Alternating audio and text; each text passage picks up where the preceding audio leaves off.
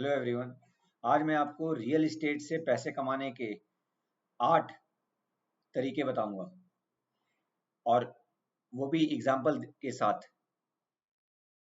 सो आप इस पे काम करके अच्छे पैसे बना सकते हैं।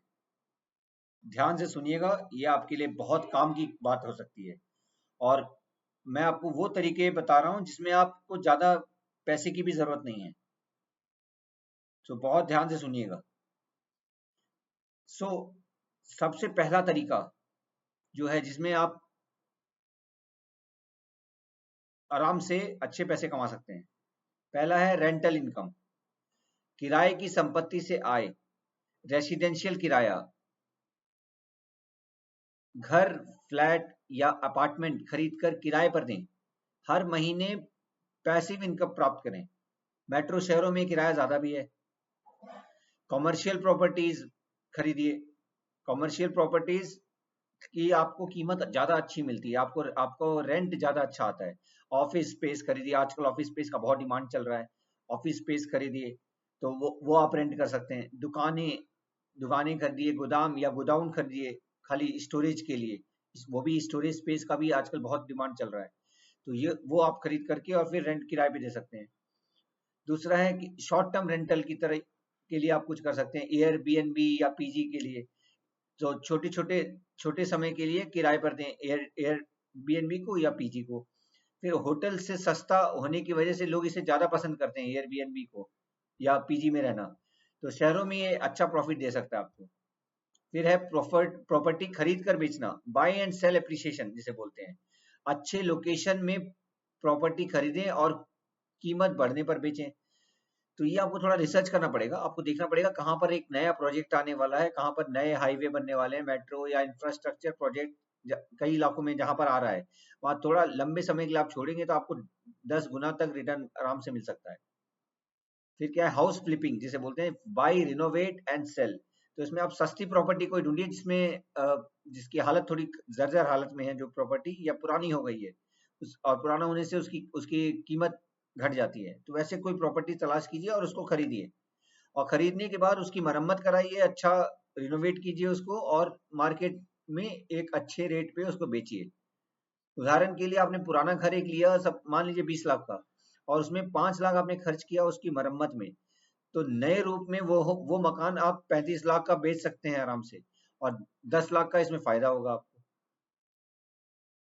फिर कम पैसे में इन्वेस्टमेंट के तरीके जो कि है, एक तो ऐसा है कि होलसेलिंग कीजिए जिसमें कोई पैसे की जरूरत ही नहीं है। जैसे कोई सस्ती प्रॉपर्टी आप ढूंढिए और उसके मालिक से डील कीजिए। किसी अन्य खरीदार को बेचने के लिए डील या कॉन्ट्रैक्ट पकड़ें, बिना पैसा लगाए प्रॉफिट कमाएं। समझ रहे हैं आप? तो उदाहरण के लिए आपने 30 लाख की प्रॉपर्टी देखी, वो डील कीजिए ओनर के साथ कि 25 लाख का डील फिक्स कीजिए, और आपने वही प्रॉपर्टी एक इन्वेस्टर को 27 लाख में बेची। सो बिना खरीदे 2 लाख का आपको प्रॉफिट हो रहा है। इसमें आपका नेगोशिएशन स्किल बहुत काम आता है, आप किस तरह से बार्गेन करते हैं वो जमीन के मालिक के साथ, वो बहुत मैटर करता है।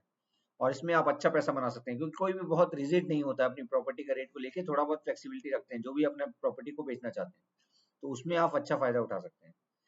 फिर क्या है, किराए पर लेकर लीज पर दे देना। समझ रहे? तो जैसे आपने कोई घर किराए पे लिया, महंगे में किराए पर दे, आगे जा करके जैसे आपने कुछ कोई घर किराए पे लिया, उसको थोड़े कम रेट में लिया है, वो आप महंगे रेट में दे सकते हैं। एयरबीएनबी या कॉर्पोरेट किराएदारों को दें, उनसे उससे आप ज्यादा रेट निकाल सकते हैं आप। बट इसके लिए आपको देखना पड़ेगा कि प्रॉपर्टी का मालिक वो चीज अलाउ कर रहा है कि नहीं। तो आप बिना खुद प्रॉपर्टी खरीदे इस तरह से आप पैसा कमा सकते हैं।